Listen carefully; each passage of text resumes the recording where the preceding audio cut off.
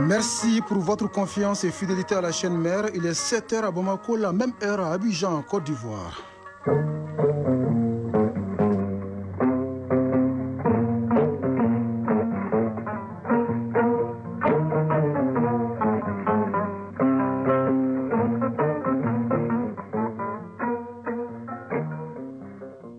Le journal Bourama Traoré. Mesdames et messieurs, bonjour et bienvenue dans cette édition, la première de Mali Actualité, les titres. Le gouvernement suspend les cours dans les écoles pour 2 semaines en cause la pénurie de carburant qui affecte le mouvement des acteurs. Les ministres en charge du secteur l'ont annoncé hier via un communiqué, la teneur en début de cette édition. Plus de 200 millions de francs CFA pour redonner espoir à 600 jeunes ex-consommateurs de drogue. C'est l'objectif d'un nouveau projet lancé à Bamako. Il est porté par l'association Sabadisso ou Maison de la Stabilité. En Côte d'Ivoire, le président Alassane Ouattara file tout droit vers un 4e mandat. Selon les premiers résultats publiés hier, il est largement en tête. Le candidat Jean-Louis Billon a déjà reconnu sa défaite. Au Soudan, les forces de soutien rapide annoncent avoir pris le contrôle d'El Fasher. Si la prise de ces bastions de l'armée soudanaise est confirmée, les paramilitaires auraient la main sur toute la région du Darfour. Les présidents chinois et américains semblent décider d'enterrer la hache des guerres commerciales. Les 2 dirigeants se rencontrent jeudi prochain en Corée du Sud. C'est une pratique très répandue dans la communauté musulmane. Au baptême du nouveau-né, on immole généralement un ou des moutons en guise de sacrifice. Ce sacrifice est-il une tradition, une recommandation islamique? On vous répond dans le grand format de cette édition. Mission accomplie pour le stade malien de Bamako et le Djoliba AC. Les 2 équipes ont obtenu hier leur ticket pour la phase des poules de compétition africaine des clubs. Explications et réactions avec Fotiki Tungara qui sera en direct dans ce studio. C'est tout pour les titres. Nous ouvrons cette édition par ce communiqué du gouvernement relatif à la suspension des cours dans les écoles. Une décision qui fait suite à la perturbation de ces cours due à la pénurie de carburant qui secoue le pays depuis quelques jours. Le ministre de l'Éducation nationale et son collègue chargé de l'enseignement supérieur étaient hier sur le plateau de 20 h de ORTM 1 pour livrer le contenu de ce communiqué du gouvernement. Je vous propose d'écouter le ministre Amadou Sissavané en charge de l'Éducation nationale au micro de Khadija Toukone. Les ministres de l'Éducation nationale et de l'enseignement supérieur et de la recherche scientifique informe les enseignants, les chercheurs, les élèves, les étudiants, les parents d'élèves, les partenaires, le personnel administratif et la communauté nationale que les cours seront suspendus sur toute l'étendue du territoire national du lundi 27 octobre 2025 au dimanche 9 novembre 2025. Les cours reprendront le 10 novembre 2025. Cette décision s'explique par des perturbations dans l'approvisionnement en carburant qui affectent les mouvements des acteurs de l'école. Afin d'assurer la continuité pédagogique et l'exécution des programmes d'études, les dispositions sont en cours pour le réaménagement des calendriers scolaires et universitaires. Par ailleurs, tout est entrepris par les autorités pour un retour à l'approvisionnement normal en carburant. Les ministres de l'Éducation nationale et de l'enseignement supérieur et de la recherche scientifique remercient la communauté éducative pour sa compréhension, son engagement et son sens du devoir patriotique. Fait à Bamako le 26 octobre 2025. Oui, un autre communiqué en rapport avec cette situation qui nous émane du Centre de coordination et de gestion des crises et catastrophes qui informe la population qu'à l'occasion des prochains ravitaillements en carburant, certaines stations de distribution de carburant seront dédiées au ravitaillement des véhicules d'urgence comme les ambulances, les corbillards et autres, des véhicules de transport en commun comme les Sotrama, les taxis, les bus interurbains, les camions gros porteurs, les tricycles ainsi que les véhicules appartenant aux services techniques impliqués directement dans la gestion de la crise. Voici la liste des stations d'essence retenues pour le district de Bamako. Rive gauche, Yara Oy, Sebeninkoro, face hôpital Mohamed VI, Soya Mayaf, Lafiabougou, Pont Ouéanko, Corridor, avenue Ouya, Titibougou, kilomètre 9, Baraka Petroleum, Sans-Fil face dépôt Star Oil, Sodies, Sebeninkoro, Weweanko. Rive droite, Yara Oil, Misabougou, descente 3 Jampon, Satraka, route de l'aéroport, corridor Daoudabou, essence, espace Yossi, Baraka Petroleum, Garantigibou, Feu, Golfa Service, Badala, Colline. Dans les régions, en cas de nécessité, les stations de distribution destinées aux véhicules ci-dessus mentionnés seront identifiées par les gouverneurs après concertation avec les différents les acteurs concernés. La mesure vise à désengorger les stations-service, à fluidifier les ravitaillements en carburant des populations et à prioriser les véhicules de secours, d'assistance et de transport en commun. Cette mesure prise de commun accord avec tous les acteurs impliqués dans la gestion de la crise entre en vigueur à compter de ces jours et jusqu'à nouvel ordre. Le Centre de coordination et de gestion des crises et catastrophes salue la résilience de la population et sait compter sur la bonne compréhension et l'engagement patriotique de tous. Nouvelle chance, nouvel espoir pour 600 jeunes ex-consommateurs de drogue. Une association dénommée Sabatisso en Bamanankan ou Maison de la Stabilité leur ouvre un nouvel horizon afin que ces braves valides deviennent autonomes et acteurs de développement. Ils sont bénéficiaires d'un nouveau projet dont le coût s'élève à plus de 200 millions de francs CFA. Soubaou Aïdara était pour Mali Actualité. À rassembler, former et insérer les jeunes, 3 mots, une mission. C'est cette mission que s'est fixée l'association Sabatisso, la Maison de la Stabilité en français, déterminée à transformer la détresse en espoir à travers son nouveau projet intitulé Nouvelle chance, espoir et renaissance. L'association veut redonner un nouveau départ aux jeunes ex-toxicomanes. Mariam Boundi, présidente de l'association Sabatisso. La mission est d'accompagner les jeunes désœuvrés, les orphelins de guerre, les anciens toxicos, les veuves. Projet de 3 ans pour accompagner 600 jeunes à raison de 200 jeunes par an. Le coût global s'étend à plus de 200 99 000. L'objectif principal, c'est donner une opportunité à cette couche vulnérable de s'insérer et d'être utile pour la société. Pour l'Office central de lutte contre les stupéfiants OCS, l'action de l'association Sabatisso vient en appui à sa mission de prévention et de lutte contre la toxicomanie, un fléau qui mine la jeunesse. Commissaire principal de police Sekou Niaré, chef de division planification et études stratégiques de l'Office central de lutte contre les stupéfiants OCS. Cette activité est une nouvelle chance pour les consommateurs de drogue. Consommer la drogue a beaucoup de conséquences, non seulement sociales, mais aussi l'État perd beaucoup de ses bras valides à cause de cette consommation de drogue. Le ministère en charge de la jeunesse confirme que ce projet s'inscrit pleinement dans la volonté des autorités de favoriser la réinsertion sociale et professionnelle des jeunes vulnérables. Baba Mahamoud Arbi, conseiller technique du ministre de la Jeunesse et des Sports. C'est dans ce cadre que nous reconnaissons que la jeunesse demeure notre plus grande force, notre espoir et notre moteur de développement. Mais pour que cette jeunesse joue pleinement son rôle, elle a besoin de véritables opportunités de formation, d'accompagnement, d'encadrement et de perspectives durables. Et c'est ce que ce projet Nouvelle Chance, j'allais dire Nouvelle Vie, donne à la jeunesse malienne. La collaboration entre l'association Sabatisso et l'État établit une feuille de route claire pour la reconstruction, créant un levier d'espoir durable pour que cette jeunesse marginalisée puisse bâtir un avenir stable. Oui, bâtir un avenir stable et participer à la construction nationale à l'image de ces gestes utiles des autorités qui confortent le processus de retour de l'administration auprès des populations.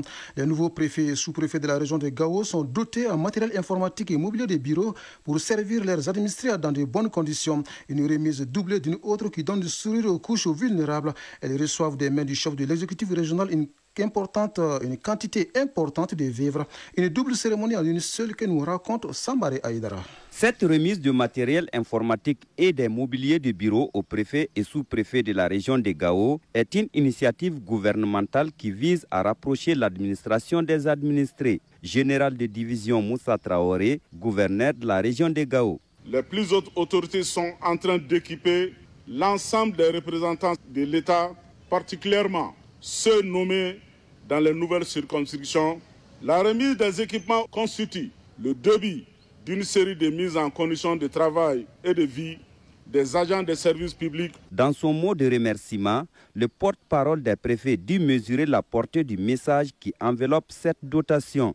Médian Koné, préfet de Ouagadougou, porte-parole des bénéficiaires. Nous rassurons les départements de l'administration territoriale et de la décentralisation qu'un bon usage et un entretien régulier sera réservé aux dits matériels. Dans la même foulée, le chef de l'exécutif régional a aussi offert de vivres aux personnes vulnérables ainsi qu'à des structures dans le cadre du mois de la solidarité. Général de division Moussa Traoré, gouverneur de la région de Gao. Ce geste, bien que sobre, traduit l'élan de solidarité des autorités vers les couches spécifiques vulnérables de Gao. On a coutume de dire que la manière de donner vaut plus que ce que l'on donne. Il me plaît de remercier les hautes autorités de la République à travers le commissariat à la sécurité alimentaire pour ce geste de partage commun important.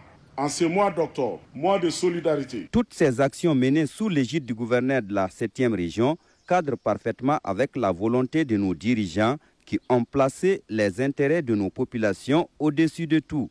Gao, Sambara Aïdara Alassane Ahamadou pour l'ORTM. Hors des frontières maliennes, en Côte d'Ivoire, les premiers résultats de la présidentielle du 25 octobre publiés hier par la Commission électorale indépendante font état de scores écrasants pour Alassane Ouattara dans certains départements, souvent au-delà de 90%. À 83 ans, les chefs de l'État sortant filent tout droit vers un 4e mandat. Les derniers résultats sont attendus ce lundi selon la CEI ainsi que la proclamation du président élu. Le candidat Jean-Louis Billon, ancien ministre du Commerce, a reconnu hier sa défaite selon une déclaration. Si les Ivoiriens doivent connaître ce lundi le nom de leur nouveau président, idem pour les Camerounais. Le Conseil constitutionnel proclame les résultats de la présidentielle du 12 octobre dernier.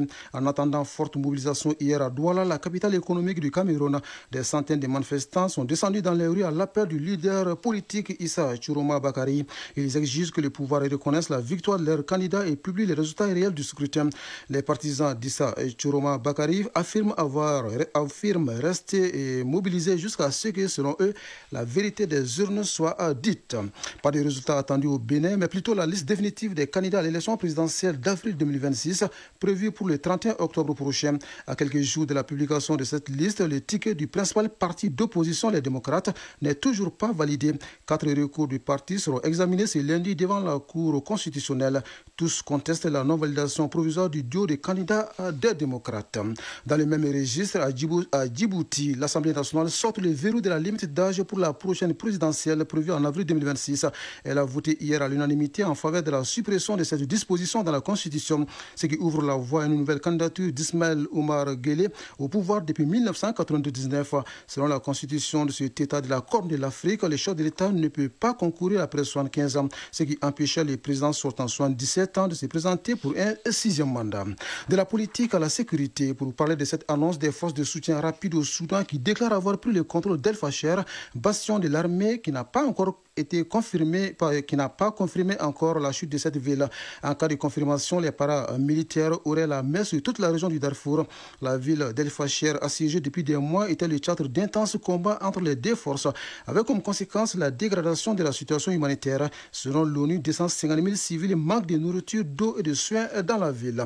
Hors du continent africain, le sommet de l'Association des nations de l'Asie du Sud-Est s'est ouvert hier à Kuala Lumpur, en Malaisie. L'occasion pour le président des États-Unis de signer une série d'accords commerciaux avec la Malaisie, la Thaïlande et le Cambodge. Les accords signés prévoient que pour les 3 pays, les droits de douane réciproques avec les États-Unis seront plafonnés à 19% et non à 25% comme évoqué précédemment. En échange, Donald Trump a obtenu d'importantes garanties, notamment sur la question des terres rares nécessaires à l'industrie américaine. Bouclons ce tour d'horizon par cet entretien très attendu. Les présidents chinois et américains se rencontrent jeudi en Corée du Sud. À quelques jours de cette rencontre, les deux pays se disent prêts à enterrer la hache de guerre commerciale. Hier, le secrétaire américain au Trésor a esquissé les contours d'un accord. Côté américain, pas d'augmentation massive des droits de douane. En échange, la Chine s'engage à reprendre les exportations de terres rares, mais aussi à racheter des quantités significatives de soja américain.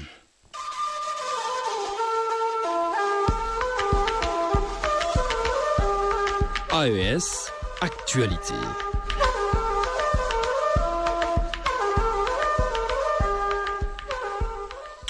Dans la page AES, direction Burkina Faso, où le Premier ministre était à Tenguedogo pour la semaine régionale de l'artisanat. Un déplacement saisi par le chef du gouvernement burkinabé pour aller encourager les forces combattantes de la région de Nakambe au camp général Tchemgo Marc Garango. Il a rassuré la troupe quant à la victoire dans la lutte contre les forces du mal. D'autres détails dans ces comptes rendus de Rasman Ouedrago de la radio du Burkina. Paris d'armes du 61e ligue de Tenkodogo, le Premier ministre Rém Talba Jean-Emmanuel Ouedraogo adresse ici aux forces combattantes au nom du président du Faso et celui de son gouvernement. Prenant la parole, le chef du gouvernement a d'abord rendu un vibrant hommage à tous les soldats tombés pour la patrie.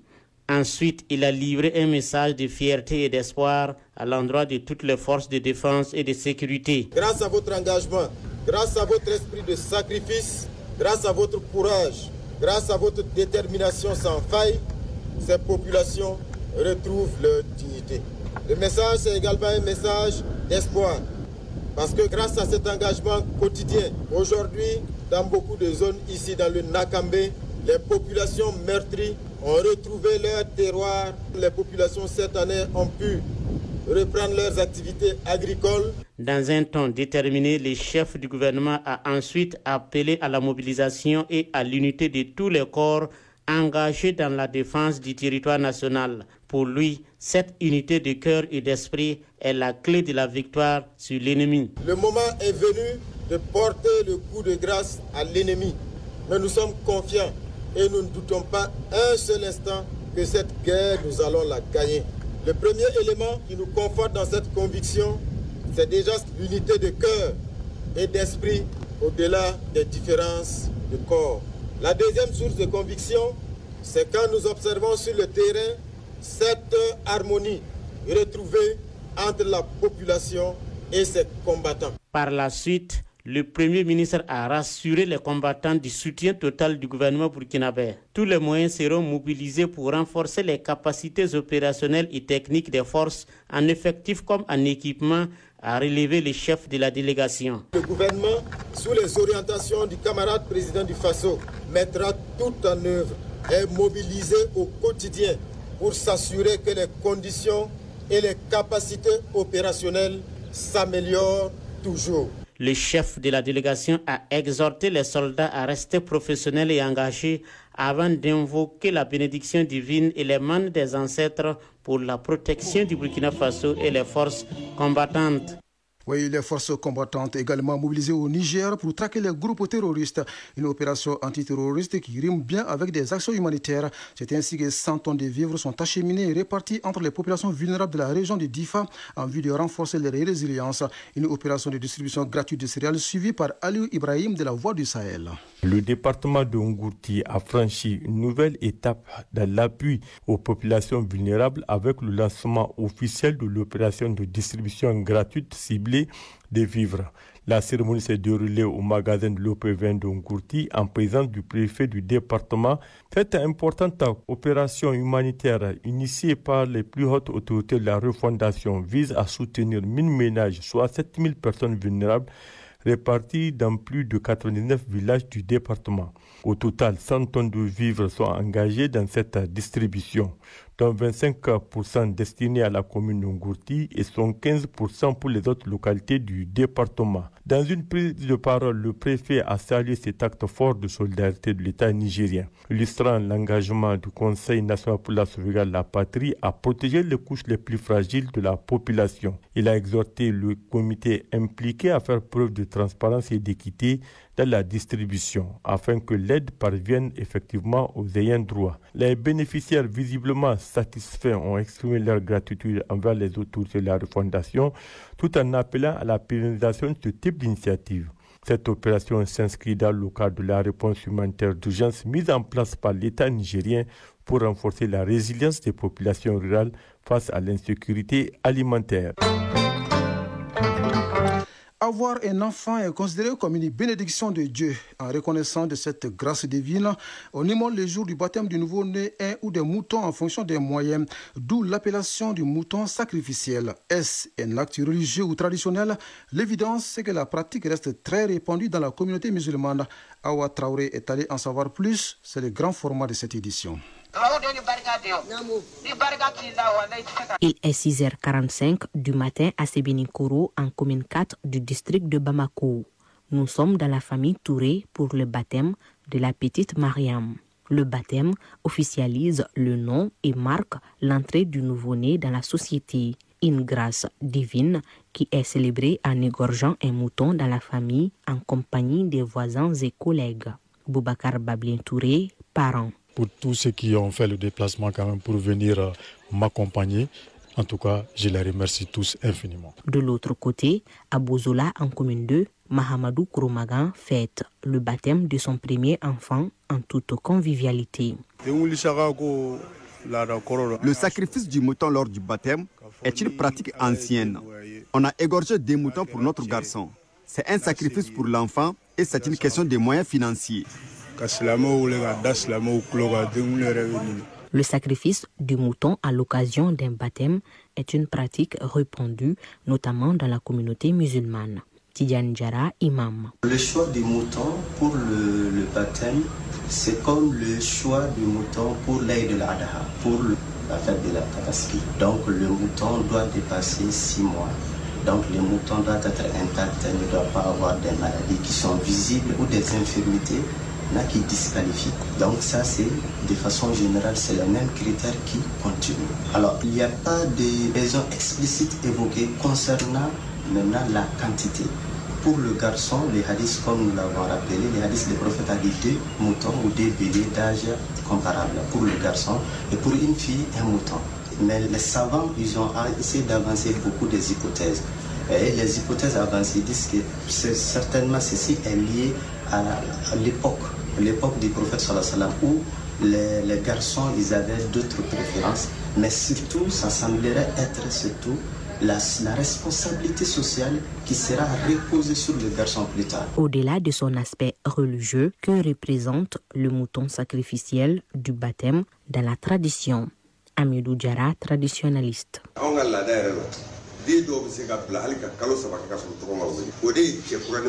Le baptême est un moment important pour l'enfant et ses parents.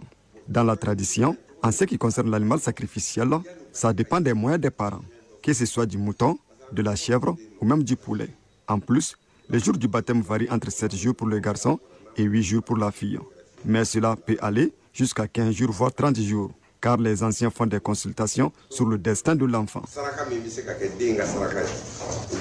La naissance d'un enfant est un heureux événement et le baptême est la cérémonie qui symbolise son intégration dans la communauté.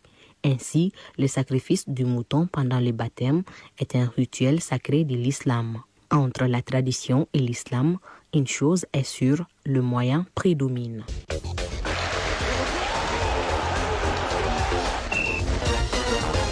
L'actu des sports de ce lundi, c'est essentiellement le football avec 2 bonnes nouvelles. Bonjour Fotiki Tunkara. Bonjour Brahma Traoré, bonjour à tous. La première bonne nouvelle, le Stade Malien de Bamako obtient son ticket pour les matchs de groupe de la Ligue des Champions. Oui, une grande première pour le Stade Malien de Bamako. Les Blancs accèdent à la phase des poules de la Ligue des champions d'Afrique de football pour la première fois depuis l'instauration de la nouvelle formule en 1997. Les signes indiens est en fait brisé pour le Stade Malien de Bamako qui a franchi le pas ce dimanche, comme ce fut le cas la saison dernière pour les Djilwa AC en match retour du 10e tour préliminaire de la Champions League africaine hier au stade du 26 mars de Irimadio. Le Stade Malien de Bamako a battu le FC Nouadhibou de la Mauritanie par le score de 2 buts à 0, doublé de l'avant-centre camerounais Tade Keng au 42e et 78e minute de jeu. Victoire 2-0 après le nul d'un but partout à l'aller. Les Blancs de Bamako mettent ainsi fin au mythe. Les paris n'étaient pas gagnés d'avance face à une équipe mauritanienne du FC Nouadhibou qui n'est pas surtout le parent pauvre du football africain. D'où le soulagement du coach camerounais Mauril Mezak Ndoya que je vous propose d'écouter au micro de Isaac Tchenou. Il faut dire que le match a été entamé difficilement par nos jeunes et puis l'explication est facile à digérer parce que là, vous avez affaire à une équipe en majorité de jeunes qui n'ont jamais joué à ce niveau de la compétition et à qui vous dites, écoutez, si vous jouez, si vous vous qualifiez, ça veut dire que tout le Mali sera derrière vous, vous jouez pour le Mali, tout ça. Vous voyez, ça sème beaucoup de pression dans la tête des enfants. Et on leur dit, vous avez fait nul, ça veut dire que si vous faites 0-0, vous êtes qualifié. Si vous faites 1-1, ça fait tir au but. c'était trop demandé à ces jeunes. Mais je pense que, fort heureusement, ils n'ont pas pris de but. Ils ont été les premiers à marquer. Et dès qu'ils ont marqué, ils sont sortis de leur torpeur. Et voilà que la qualification a été acquise. Et je pense qu'eux-mêmes sont là comme s'ils revenaient d'un rêve parce qu'ils n'y croyaient pas. Voilà, le travail est fait pour le Stade Malien de Bamako. Voilà, les autres qualifiés pour la phase des poules sont Saint-Éloi Lupopo de la RDC, Young African et Simba SC de la Tanzanie, Mamelodi Sundowns d'Afrique du Sud, Al Hilal du Soudan, River United du Nigeria, Power Dynamo de la Zambie, Atlético Petro Luanda d'Angola, Al Ahly d'Égypte, Espérance Sportive de Tunisie, Phare de Rabat, GS Kabylie et Mouroudia Club d'Alger. Il reste des places à prendre à l'issue des matchs retour restants entre Al Ahly Tripoli et la Renaissance Sportive de Berkane d'une part et de l'autre entre Ethiopian Insurance et Pyramide FC d'Égypte. Les matchs allés se sont donc soldés par le nul d'un but partout. Oui, Foti Tunkara, la seconde bonne nouvelle, c'est la qualification également du Djoliba AC pour la phase de poule de la Coupe de la Confédération. Oui, 5e qualification du Djoliba AC pour la phase de poule de la Coupe de la Confédération. Et non, si c'est comme on l'avait précédemment annoncé, si l'on retire 2014 étant l'année du Real au lieu du Djoliba, comme ça figure dans son palmarès. Alors, après 2010, 2012, 2018 et 2020, les Rouges de Bamako ont à nouveau intégré la phase de poule de la Coupe de la Confédération.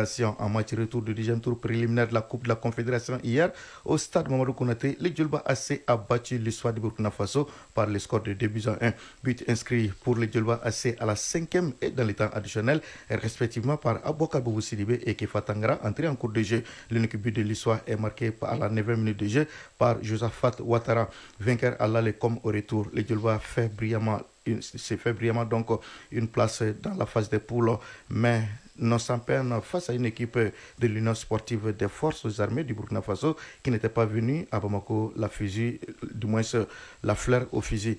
Pour en savoir davantage, je vous propose d'écouter l'entraîneur adjoint du Djoliba AC, Félix Boiseau, que nous avons interrogé. Ce genre de maille de qualification, c'est tout à fait normal que ça soit un peu corsé. C'est tout à fait normal parce que l'adversaire vient pour faire un résultat. Et surtout qu'ils avaient été battus chez eux. C'était normal qu'aujourd'hui ils viennent jeter tout le dévolu dans la bataille. Et nous, on a essayé de cerner tout ce qui était chose. Et puis bon, voilà, vers la fin, on a eu le gain de la rencontre. Je crois que c'est tout bénéfique. Voilà, tout bénéfice pour le Djoliba AC, travail assuré. Les autres qualifiés pour la phase de la Coupe de la Confédération sont également les FC San Pedro de Côte d'Ivoire, l'AS Manima Union de la RDC, Azam et Siginda Black Star de la Tanzanie, Kazatif et Stellenbosch d'Afrique du Sud, l'AS Oto Doyo du Congo-Brazzaville, Nairobi United du Kenya, Zesco United de la Zambie, Zamalek d'Égypte et Al Masry d'Égypte, Wydad AC de Casablanca et Olympique de Safi du Maroc, CR Belouizdad et USM d'Alger. Le tirage au sort des groupes de ces deux compétitions africaines des clubs aura lieu lundi prochain à Johannesburg, en Afrique du Sud.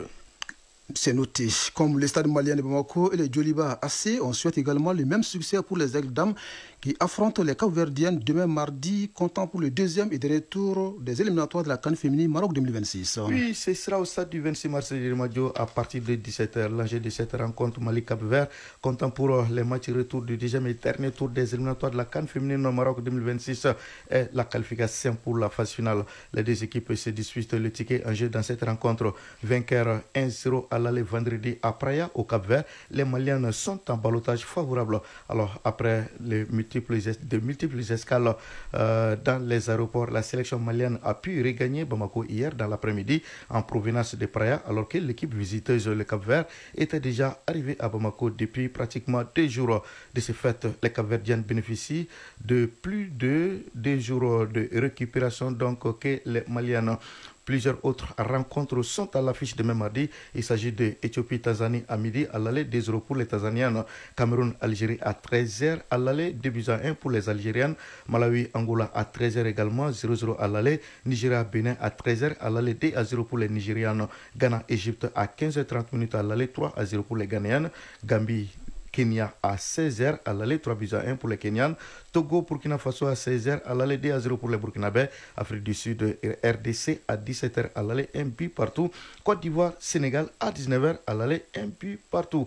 Alors, Les vainqueurs donc de la double confrontation se qualifieront pour la phase finale de la CAN féminine Maroc 2026. Enfin, Foti Tunkara, en Espagne, le Real Madrid remporte le premier classico de la saison. Oui, le Real Madrid s'offre le premier classico de la saison en Espagne au compte de la 10e journée de la Liga hier au stade Bernabéu. Le Real Madrid a battu son grand rival, le FC Barcelone, par le score de 2-1. Les Merengues ont ouvert le score à la 22e minute de jeu par Kylian Mbappé. Réaction des Blaugrana qui s'accroche et égalise à la 43e minute de jeu par Fermin Lopez. Un but partout. Le Real, qui ne l'attendait pas de cette oreille, reprend vite l'avantage au score à la 45e minute de jeu par Jude Bellingham. 2-1 à la mi-temps. Ce sera le score final. Avec ce succès, le Real consolide sa première place avec 27 points, soit 5 unités d'avance sur le Barça. C'était la page du sport et c'était la signature de Fotigi Tunkara. Merci pour toutes ces informations. Merci à vous aussi. Informations qui mettent d'ailleurs un terme à cette édition qui vous a été servie par Mamadou Bédialo à la mise en onde, Mohamed Koulibaly à la mise en ligne et au micro Brahma Traoré. Juste après moi, Fatim Dameli s'installe pour les avis et communiquer. Le prochain rendez-vous avec l'information, c'est à 13h. Grand merci à vous de nous avoir suivis. Excellente journée à vous, où que vous soyez.